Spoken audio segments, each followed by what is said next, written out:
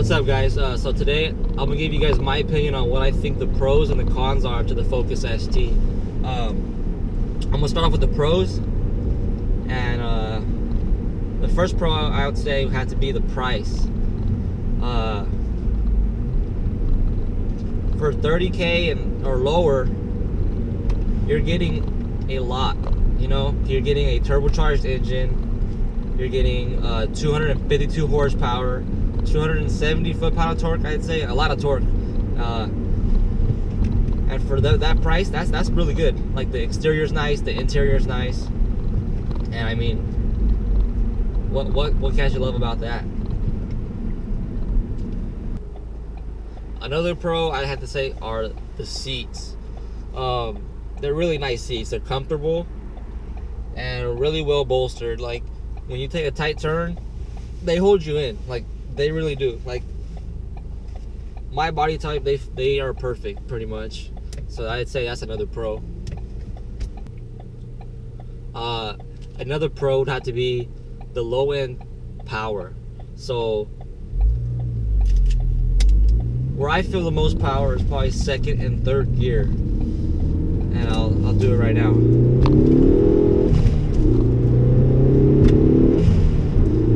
So second and third gear, they got a nice punch to them, man. So that's something to really love about it. Yeah, that's awesome.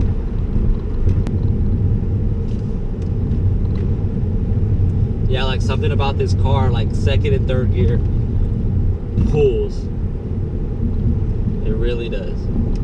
Another pro would probably be the interface of the MyFord Touch. Like, I heard bad things about it in the past, but this is a 2015, and I have no problems with it at all. Like, it functions perfectly. So that's something I like about it. Like, navigation, my phone syncing up to it, and messages, when you speak to it, the voice activation thingy. Yeah, I like it. I have no problem with it. It's really good. All right, another pro is that this car does a lot of damage, and by damage I mean it breaks a lot of necks. I feel bad, you know, but every time I just drive around, I put at least like 6 or 7 people in the hospital due to a broken neck. That's just another pro about this car. It breaks necks everywhere. As long as you like do something to it, like make an exterior, it'll break necks. And now it's time for the cons. There's not too much bad to say about the car, but there are some cons. And first one I'd like to say is that the car is really quiet. Like, at idle or at low RPMs, the car doesn't even exist. It's really silent, you know, until you get up to like 3,000 to 4 and up. That's when you start to hear the car, but it's not exhaust. It's like, it's all engine noise, you know. So that'd definitely be a con, and I mean, it's definitely fixable. I'm gonna fix it for sure with the exhaust and then downpipe and all that good stuff.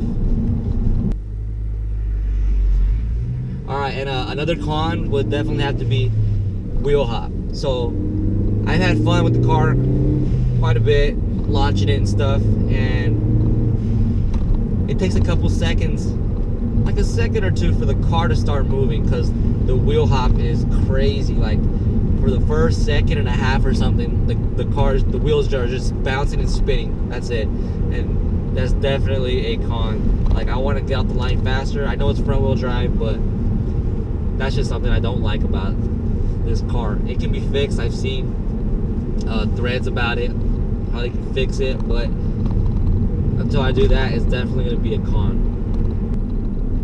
Next up, it would probably be the size of the cabin and the trunk. So, I mean, I fit in here comfortably, like perfect, you know. Backseat, it's not bad, but it could have a little bit more room, you know. And the trunk could definitely use some more room. It's not that big, but I mean, the car is comfortable and it's accessible. So it's a pro and a con. Wait, it's more of a con, but it's not that bad of a con. All right. Another con would it's not that bad, but it's kind of bad when you're trying to make a U-turn. So you want to make a simple U-turn, and most of the time you will clear it, but a lot of the times you will have to do a 3-point turn. You'll have to brake, reverse, and then turn more in. Like it doesn't have great turning radius, and that's something I don't like about it. But you know, that's not much of an issue. It's nothing that bad. And last for the cons, I have to say would be performance. Not stock performance, but the performance you get after aftermarket parts. So I'm planning to go stage 3 on this car, and the numbers just don't look significant, you know. From what I'm seeing on dyno numbers, it's saying that most cars are getting 40 to 50 horsepower increase, and that's a lot and all, but for what you're paying, like over 3,000, I would hope that the car would get like at least 300 wheel horsepower, you know. But I think it's about 270 to 280 wheel horsepower, and that's 300 at the crank, but wheel horsepower is where it matters. And just the fact that with all these upgrades and everything and tunes, the car's without a big turbo, just it won't exceed those numbers. My elbow's hurting, but that's about it, guys. That's my opinions on what the pros and cons are. There's not too much to say badly about the car. More good than bad, for sure. I'll make a U-turn. We're good. But yeah, the car is amazing. Like, I suggest it to anybody, you know.